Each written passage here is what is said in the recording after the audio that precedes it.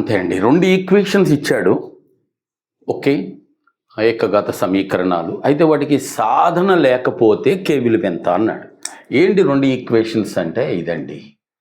3x + 2y - 5 = 0. అలాగే kx - 2y + 7 = 0. సాధన లేకపోతే condition ఏంటంటే ఇదండి.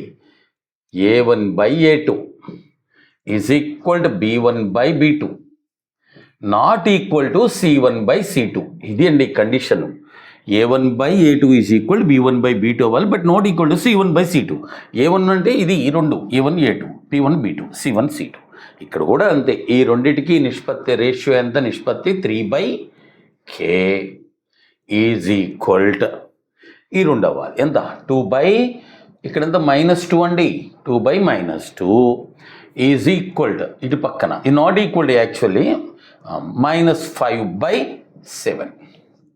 ఎలాగో నాట్ ఈక్వల్ సరిపోయింది. ఇక్కడ 2/2 అంటే 1 కదా, -1. ఇక్కడ 5/7 ఉంది కాబట్టి ఈ కండిషన్ సరిపోయింది. బట్ ఈ రెండు ఎలా ఉండాలి?